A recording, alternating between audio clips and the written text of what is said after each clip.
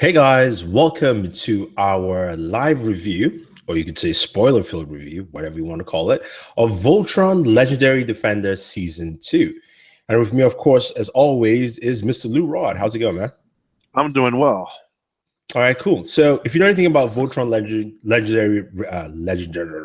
Legendary Defender, this is the second season to Voltron, which was acquired by DreamWorks and is available on Netflix, both first and second seasons. I believe the second season is how many episodes? 13? 13, just like the first season. Yeah, 13 episodes. And this follows the Voltron Force. If you're a Voltron fan like me, I grew up with Voltron as a kid. It was my favorite cartoon over Transformers, even though I'm wearing the Transformers t-shirt. But that's what I grew up with. That's what I first watched before I actually watched Transformers. But let's go ahead and kick things off. Lou, what did you think of season 2 overall? Just general big picture. It wasn't as fun as the first season, but it was still enjoyable. Really? How Yeah, so? I felt some of the episodes we watched were a little campy and too kiddie-ish. Like the first season felt grown up. I remember a lot of campy episodes in the first season, though. I don't know. They just didn't feel as grown. They didn't feel as kiddie-ish as like the one episode where they went to the stupid mall. Yeah. No, I like the mall episode, but I didn't like all of it. So I like the part where we saw Hank cook. Well, you expect that from him. Yeah, no, exactly. So I think to your point, I kind of agree. So there were certain episodes. So I said Hank. There's certain episodes that were funny, but still showcase some of the different characters. But certain scenes were just not needed. Like I wanted them to get to the mall and then find Karan trying to find the thing because his own part was really short. But everyone else, where Paige was looking at the video games and all that stuff, wasn't necessary. I think you would just do that a Hank. But hey, it's a cartoon. I did like the ending of that one. They get back all excited to play. They're like, "We can't play." Exactly. So to me, I thought the season was fun. I like the season a little bit more than season 1 because they gave me more backstory to a bunch of people, especially to Keith and Zakon. I'm intrigued with Keith. You know, I think his mama is a little. No, his mama is what's the race again called? I don't know. Galderon, or it starts with something a G. like that. It starts with the G. The one that the princess hates so much. Yeah, I mean that's Zakon's race. So it completely hates them. See, because if you ever watch Voltron, the original Voltron, right? Prince Lothar was sent to kind of seduce Princess Allura, to kind of play it a little bit at some point. And anytime he fights them, he is always looking for the princess. So of course, he had a crush on her. Yes, I'd like to see how. So the way the season ends. Sorry, I'm kind of like jumping to the end, but the way the season ends is that I love the ending. Haga says, "Get Prince Lothar," and Prince Lothar is coming, and I think we saw him this season. You think so? Yes. Where? Keith was fighting Lothar in the belly of the worm. That was Prince Lothar. They didn't show his face for a reason. Oh, you think so? Yeah. There's no. I mean, if that was just some ordinary, Zakon henchman, I mean, the guy would have been beaten up or been shot. Yeah, he was pretty good. He was a good. Okay, I could see that. See, because let's put it this way. Think about the dynamics, right? Keith cannot fight Zakon. He's not on the same level. Shiro could. No, but Shiro was the only one who could stand up to him. Barely. Yeah, barely, but still he was the one who could stand up to him. It's almost that level of Keith and Lothar, because it was in the original anyway too. So to me, that's the same level, which is why Zakon is in coma, and then a coma at the end, and Shiro kind of disappeared, or at least dead. No, he's not dead. He's not dead. It's the same thing they did in the original cartoon. In the original cartoon, we thought he died. Like this one, he kind of just disappeared. In the cartoon, I believe his name was Lance. No, not Lance. Was it Lance? No, Lance was Lance is the current rider of the Blue Lion, who in the original okay. rode You the know, Red and Lion. yeah, Red Lion. the one who was the original Blue Lion pilot is the one who got captured by Zarkon's forces and was Yes. on their planet. Yeah, exactly. And they rescued him because they thought he was dead. They ended up rescuing him. Yep. And I don't remember why he didn't stay with the team. Yeah, he said like he just couldn't do it anymore. Like he tried to, and like it just, it just wasn't. He was going through too much PTSD. Yeah, exactly. So he went back to the Earth Defender Force. Like they sent him back home. They're like, all right, we don't need you because Princess can handle that. So, but because I saw a lot of people complaining, not complaining, but asking questions like, well, how will Keith go to the Black Lion? I was like, first of all, Black Lion accepted him in one episode when, the very first episode when they were trapped. He rode the Black Lion. And even though his Red Lion is very sympathetic to him, because his Red Lion will come out for him at any point when he's in danger. Yeah, we saw that numerous times. But I think the Red Lion will find Lance to be more acceptable because the Red Lion is a hot-headed lion, and Lance is hot-headed. He likes to think like he's a hot shot. The one thing I like about Lance is that he thinks that he's this ladies' man of some sort. It was funny in the episode where Karan tried to drive the Black Lion, and was it the black or was it the red? I can't remember. One of the lions, and the lion just took off without him. Exactly. Like, yeah, you're not worthy with that stupid outfit. Yeah, he came out. It's like, I'm here. I know. I bow down. And next thing, the lion just was like, whoop. It's like left. That particular scene reminded me of the Great Saiyaman. Yes. Dragon Ball Z with the corniness. Yes, I know. They infused see, the one thing that I liked about this is that they infused a lot of anime in terms of some of the corniness. Voltron was something that growing up I didn't know was anime. I thought it was just a cartoon, right? Same with me. Yeah, so they've kind of blended it both where part of people who grew up with Voltron thought it was a cartoon, and granted animes are cartoons, but there's a different style and culture to it.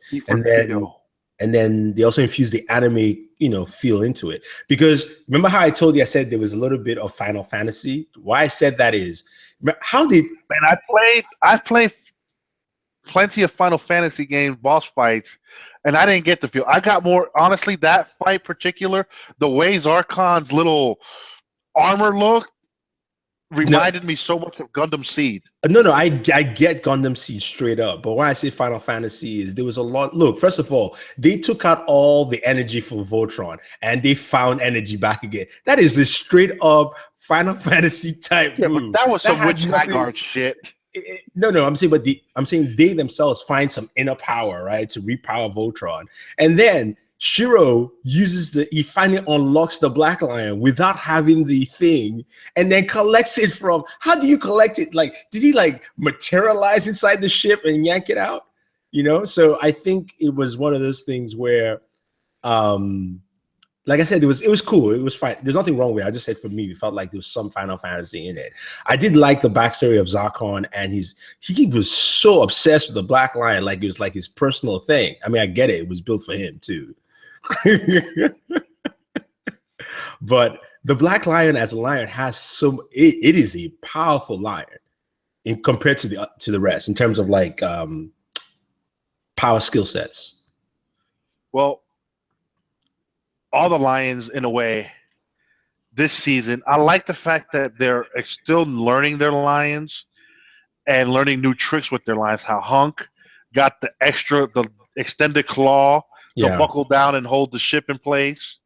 Mm-hmm. Where Keith, what did his do?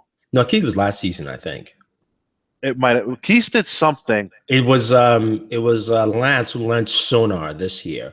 The sonic blast underwater, but he also learned that his lion maneuvers so much better in water. Yeah, and then also Pidge learns how to manipulate matter with his lion after going to those people that were the scientists. I would like to have that race living with us, boy. We get some awesome tech. Of course, Lou's like, yeah, we got tech here, we got tech there. It was cool. The one thing I liked was, so in the original Voltron, they always say form blazing sword. The whole time they've been saying form sword, and at the very end, they finally got the blazing sword, even though they didn't call it that. Because remember, it was on fire and everything, and you just like chopped up. Dude, the sword, and then our lions are telling us something. Well, just listen to what they say. They all turned the thing, and the sword became super huge and was able to cut through the ship. Yeah, no, it was like, I definitely agree with you. Everything they did in terms of kind of slowly building their power sets made sense. So a lot of what I like compared to like a lot of anime, cartoons, or even movies is like when you're building people's power sets, it becomes this boring adventure. You take forever. You're like, you should have known this already. But for us in Voltron, it's almost like, okay, fine, you guys can take this guy, and like, how come? Oh wow, it's getting difficult, and then something new pops up, you know, because it's like I said, it's that partnership between the line and the writer itself. So it's nice that they actually had that with Voltron this year. So I mean, I'm curious to see who's going to become the next pilot. Because if Keith moves over there, it's Princess. It's Princess. It's going to be Princess, straight up. I can't force. I don't like her. It's Princess. Why? Just because she's goody. No, but remember, but she also has to grow. That's the thing, and she's grown a little bit because you know, as soon as Keith comes back and she finds out that Keith is half human, half Galgotarian. Gala, yeah. She's like, she just never look him in the eye. I mean, like straight up, like, and I don't blame her. I mean, like those people wiped out their race. Literally, I mean, how many of them are left? Literally, Hagar, who is actually an Altarian also. Princess. Yeah. And then... She's a fighter, though. I'll give her that. Who? Princess can fight. I'm glad because the princess in the old one couldn't fight. Yeah, she was useless. Yeah, she was, yeah. So this one, I mean, she's a little goody two-shoes, but, you know, we'll talk about the princess and Hagar fight in a second, but the only 3 Altarians left in the universe. So think about it. Koran, the princess, and Hagar? Yeah, that's it. So I can see why she just did not want to talk to Keith. And everybody's like, I mean, some people are like, well, but you know, you're friends. I'm like, human, it's just nature. Like this is the race that wiped everyone. If your father didn't put you in hibernation, you'll all be dead, gone. So I can see why she's like, you know, and Keith is like, Keith took the grown-up approach. He didn't want to stress it. He was like, all right. But it ain't his fault his mama decided to come to Earth and hook up with his daddy? Yeah, I know. I mean, that was a cool episode, too, where he found out about his heritage in a way. Heritage, yeah. And he looks all human. He doesn't look purple. Or maybe he has like a second power set where he turns purple or something. Speaking of that, when Hagar fought the princess, I thought it was a good fight. Yeah. I thought that sequence of fighting was pretty good. It was done well. I enjoyed it. Like I said, I enjoyed Voltron and Zarkon fighting. Oh, that was a cool fight, yeah. That was a cool fight. And then, you know, I enjoyed how he thought the lion took off, but the lion stayed there the whole time, and it just showed him the visions of when Zarkon, when he was trying to master his lion. So, and then I even liked the fight that he had with Zarkon in his mind. That was good too. Yeah. And then the lion chose him versus Zarkon. Yeah. That was cool. I mean, it's cool that there's this nice blend of magic and tech, and the magic is they don't even bother to explain the magic. Because there's no explanation for it. They're like, whatever, just take it. They do it. That's pretty much it. You know, the episode, the corny episode I liked was actually the one with the mermaids. Oh, I figured you would like that one. No, I mean, because you know, like especially Hunk was just like, oh yeah, especially you give him food. Oh, you know, it's over at that point. Anything with food. And he still throws up at his damn lion every time something happens. Well, he stopped, though, this season. He did it once this season. Well, it's much better than... I mean, last season was almost every time they go into a fight. Dude, where did he put the... I mean, I can't be in the same room as Puke. And at this he's point, puking like. I think at this point, Does he like, have a disposable garbage can there that evaporates it? I know. I think the lion has learned to deal with Hank, and just basically, as he's about to throw up, opens up a little space here, and he just And throws he it. just flushes out the system.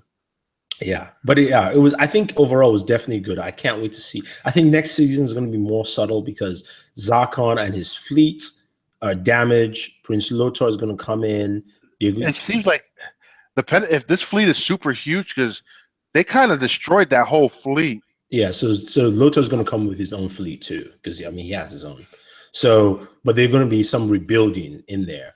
Now, in the original, because I didn't watch season 1 and 2, Voltron has 3 seasons. It was I have all of them. I have it here at home, but I can't watch it because it's so cheesy. It's really, really bad. But I was reading up. Haga was actually Zarkon's mother. Okay, I didn't know that.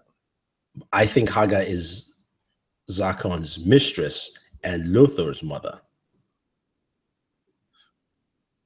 I could believe that. Because change some things around. Because also, you know how she's the only one who could tell him not to do anything. And he will listen. I mean, he will kind of listen. Everybody else, you know, where he's like, Sire, Haga said we shouldn't, you know. And when she comes, it's like, I told you it was a trap. He's like, all right, you know. I didn't care. I want the Black Lion. Yeah, exactly. So, but yeah, it was definitely cool. I can't wait for season 3. I think season 3 will come out towards the end of this year. In 6 months. See, what they should do moving forward is season 3 and season 4 should be much closer. The gap should not be longer. You know, especially I agree, but we're not going to get it. Especially the kind of cliffhanger they gave us. Season 1 cliffhanger was like, whoa, you know. So season 2 cliffhanger isn't as bad. Yeah, because because to me, what 13 episodes is what 26 episodes, 1 full season of a cartoon or anime. Standard anime season is 25 to 26 episodes. So that's all they've given us is 1 full. Even if you think about it, watch the whole season is what did they get? They started from 0 to actually having Voltron with the blazing sword and mastering learning every single skill set. So that's 1 full season. Yeah, basically what we got was 1 full season of a normal anime. Yeah, exactly. So I have to wait and see what season 3 and 4 look like. You know, Lothar coming in. Will there see? To me, I think there might be another Altarian that comes in at some point. Because even though there's 2 or 3 of them, there's probably somebody else somewhere. You know, it's a very big galaxy. I hope. The way I see it, maybe Keith's mom might come into play. You never know; she may not be dead. True. Because remember, she could be one of the resistance. She is one of the resistance because her sword is from the resistance. That special assassination club that they all have, right? So she was one of the good ones. The blood of Morroban. Yes. So we'll have to see, but I think it will play out pretty nicely overall. It was fun. I enjoyed it. I really want to see season 3 now, but the simple fact that, you know, someone contact Lothar, I was like, oh, okay, he exists. Yeah, I'm glad they did that, because at first I was like, I guess there's no Prince Lothar in this one, but then my friend was telling me, she's like, Prince Lothar is the one who is in the Worm. I was like, huh, yeah, you are right. You're absolutely right, because he did not show his face, didn't say anything. He was quiet. He was a mute. He knew how to fight. So it was good. Like I said, it makes sense that would be him. Yeah, definitely. I mean, and then but also the good thing was, what did he use to escape the worm? Don't know. Because that's what we didn't see. Yeah, but he's resourceful. I'm sure he is. I'm sure I'm pretty sure he was. I'm sure he blew up his ship. The other ships in that thing too, though. Probably. Yeah. But the one thing was Shiro, from the very first episode, Shiro was basically telling you that he's going to die or he's going to leave. You know, that was one of the things that it was kind of annoying that they were telegraphing that so much. They were like, Shiro's like, you know, I need you to lead. And I was like, God, okay, are you fine? We know Shiro is going, but you Well, didn't have to. the first season they didn't express it as much. This season he started beating it down Keith's head. Yeah, it was like, yeah, you gotta go. I think Shiro. There are two theories. Shiro is either part of the Black Lion now. That, or he's part of Zarkon. Yeah, no, if that's the third theory, I didn't even think about that one. Or he's actually gone into a different dimension. Now, how the hell he managed that, we won't know. Yeah, we won't know. So we'll just have to wait and see. But that might have to do with what Hagar did to him. Could be. I think his consciousness manifested with Zarkon. Zarkon will still be evil, but somehow, some way, Shiro is fighting. Try to fight him from the inside, and Zarkon will have to fight that battle internally through the mental psyche too. When he awakens from his coma. That's like season 4. He's out for a whole season. He's completely out because he was honestly badly beaten. I didn't realize, but Stephen Yoon or Yang, whatever, he's one of the voice actors. Yeah, he is. Yeah. Zarkon, when your career on The Walking Dead comes to end, you could always do Voltron. Zarkon is one powerful dude, man. I mean, on his own, forget like having a lion or anything. Dude is strong, straight up. Yeah, he was strong without the lion. And I was like, this dude here, boy, yeah, he's obsessed with that damn lion, but man. No, because I think because the amount of power it amplifies. Because remember, when he was fighting the Black Lion alone with just the little key that they have, and he was creating these massive weapons, and he was like, child, you have no idea. And I was like, I want to see them do more of that next season. So when they go and explore and fight on the ground, I want them to materialize different types of weapons, not just the same ones they use for like different situations. Because if Zarkon, I'm wondering if it's got the Green Lantern effect. Yeah, I think it has the Green Lantern effect to a certain degree. Well, Zarkon mastered it. These guys don't realize that. Yeah, they don't at all. I think Paige will be the first one to understand it. She is the smartest out of all of them. Yeah, by far, by a mile. All right, guys. Thank you very much. Hopefully you guys enjoyed our review of Voltron Legendary Defender Season 2. Definitely check it out. And what would be your score for the season out of 5? I'd give it a 4. I would give it a 4.2. It was a really good season. I enjoyed it myself. But yeah, if you guys have any questions or comments, or you've watched the season, leave your thoughts down below. Don't spoil it too much. No, whatever. You can spoil it. We totally spoiled the whole thing. What am I even saying? Sorry. So feel free, leave your comments. And also check us out tonight. We'll be doing our live review of around 11 p.m. of Justice League Dark. It's available on digital download. So go ahead and check it out. And yeah, that'll be spoiler filled as well. Yes. Ciao. Peace.